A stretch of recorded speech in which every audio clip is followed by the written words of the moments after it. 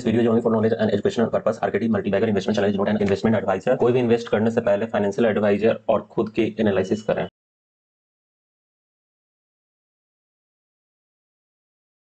Hello friends, आज हम बात करेंगे ट्राइडेंट शेयर के बारे में। और मैंने डेली चार्ट ओपन कर रखा है ट्राइडेंट शेयर का।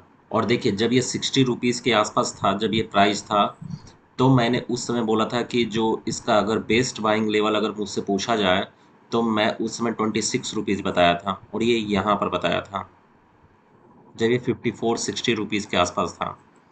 क्योंकि 60 रुपीज़ में यह बहुत हाई वैल्यू पर मुझे लग रहा था।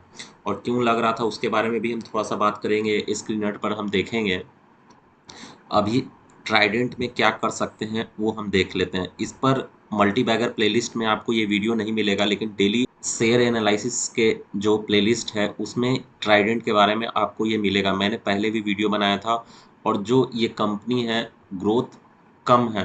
जैसे जो बड़ी कंपनियां होती हैं वो ग्रोथ पोटेंशियल बहुत कम, धीरे धीरे मूव होता है, तो इसलिए मैं डिस्कस नहीं करता। लेकिन मेरे एक सब्सक्राइबर ने कमेंट किया था ट्राइडेंट शेयर के बारे में बताने के लिए, कब बाई कर सकते हैं, तो इसके बारे में हम बात कर लेते हैं थोड़ा सा। देखिए, 26 रुपीज़ पर लेने का जो टाइम था वो 26 रुपीज़ बेस्ट था। देखिए, मैंने आप मेरा पुराना वीडियो देखिए, आपको पता चलेगा। और अभी इसका जो शॉर्ट टर्म टारगेट 35 रुपीज़, पहला तो रेजिस्टेंस यहाँ है 35 रुपीज़ का। और लॉन्ग टर्म टारगेट में अगर आप बात कीजिएगा, कंपनी का अगर सब चीज़ सही रहता है, कंपनी बहुत अच्छा कर रहा है, लेकिन उस तरह से नहीं हो पा रहा है।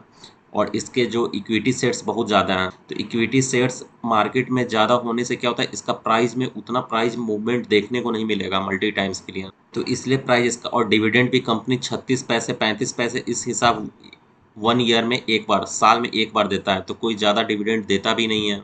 अगर आप होल्ड करते हैं, आप देख लीजिए, अगर 3 to 4 ईयर्स तक अगर होल्ड करते हैं तो ये 60+ का ये टारगेट रहेगा। और शॉर्ट टर्म टारगेट तो 35 रुपीज़ पर है। और पहले भी मैंने इस शेयर के बारे में बताया था कि क्यों देखिए फॉल हो रहा है। एक बार हम एक्सपोनेंशियल मूविंग एवरेज का ग्राफ ले लेते हैं बोलिंगर बैंड्स के साथ। देखिए, थोड़ा सा हम यहाँ पर समझते हैं।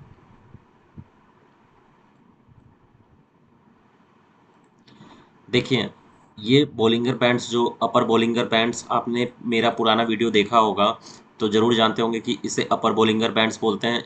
इस वाले नीचे वाले लाइन को लोअर बोलिंगर बैंड्स बोलते हैं। और ये जो ब्लैक लाइन है बीच से जो जा रहा है, ये 20 मूविंग एवरेज होता है, 20 पीरियड का। और मैं डबल कंफर्मेशन के लिए बोलता हूँ कि अपर बोलिंगर बैंड्स के ऊपर में ग्रीन कैंडल का क्लोजिंग होना चाहिए, इसके ऊपर में ब्रेकआउट देना चाहिए। और जब ये ब्रेकआउट देगा तो कंफर्मेशन के लिए अगले दिन या 1-2 दिन बाद इसके ऊपर क्लोजिंग ग्रीन कैंडल का होना चाहिए, लेकिन कहीं नहीं होता है। देखिए, ब्रेकआउट ये रेड कैंडल में हुआ, फिर नीचे क्लोजिंग हुआ। यहाँ पर देखिए, यहाँ पर देखिए, इस कैंडल में ब्रेकआउट हुआ और अगले दिन क्या हुआ, देखिए क्लियर में हम देखते हैं, थोड़ा जूम कर लेते हैं। ये जो कैंडल है, अपर बोलिंगर बैंड के ऊपर में क्लोजिंग दिया और अगले दिन इसके ऊपर में क्लोजिंग देना चाहिए था, लेकिन देखिए अगला कैंडल है, ये नीचे क्लोजिंग दे दी, रेड कैंडल बना। और मैं कंफर्मेशन किया, जो ग्रीन कैंडल ब्रेकआउट होना चाहिए अपर बोलिंगर बैंड, और इसके ऊपर में ही क्लोजिंग होना चाहिए। वो भी ग्रीन कैंडल, ये भी ग्रीन होना चाहिए, ये भी ग्रीन होना चाहिए, दोनों होना चाहिए।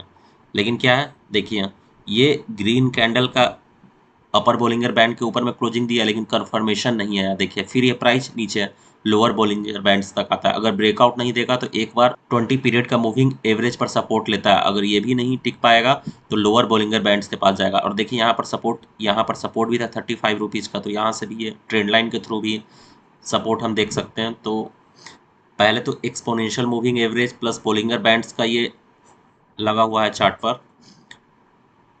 और ये जो रेड लाइन है, ये जो जा रहा है, ये 200 पीरियड का मूविंग एवरेज लाइन है। तो सबसे पहले तो इसके ऊपर निकलना चाहिए। हम यहाँ पर ट्रेंड लाइन भी देखते हैं और एक्सपोनेंशियल मूविंग एवरेज भी लगाते हैं, बोलिंगर बैंड्स भी लगाते हैं, सब चीज़ तीनों हर तरह से कंफर्मेशन लेकर तब चलते हैं, मल्टी कंफर्मेशन होता है। अभी क्या हो रहा है देखिए, मैंने यहाँ पर जो सपोर्ट इसका 26 रुपीज़ पर था, तो बेस्ट बाइंग लेवल था जो मैं बताया था। पुराना वीडियो देखिए मेरे पास। तो देखिए, यहाँ पर जब 26 रुपीज़ पर सपोर्ट लिया, इसके ऊपर में निकला, देखिए यहाँ पर भी बाइंग यहाँ पर जनरेट हुआ। येलो लाइन के ऊपर में ब्लू लाइन निकलता है, ये MACD इंडिकेटर लगा हुआ है, तो बाई का सिग्नल यहाँ जनरेट हुआ, यहाँ आसपास 28 रुपीज़ 26 रुपीज़ के आसपास। मैंने 26 रुपीज़ बताया था आपको। और देखिए ये ब्रेकआउट दिया, ये जो ग्रीन कैंडल सिंगल है, लेकिन इसके ऊपर में क्लोजिंग नहीं दे पाया। देखिए ये रेड कैंडल फॉर्म हो रहा है, तो यहाँ अभी कंफर्मेशन नहीं आया 35। अभी क्या होगा, देखिए ये तो पहले जो 200 मूविंग एवरेज है, एक बार यहाँ पर आकर बाउंस बैक जाएगा। ये मेजर रेजिस्टेंस है। कोई भी जो मूविंग एवरेज का लाइन है जो ऊपर में रहता है, प्राइस के ऊपर में अगर कोई मूविंग एवरेज गुजर रहा है तो एक रेजिस्टेंस का काम करता है। तो एक बार 200 मूविंग एवरेज पर रेजिस्टेंस बैक आएगा और 35 रुपीज़ का मेजर रेजिस्टेंस तो है ही।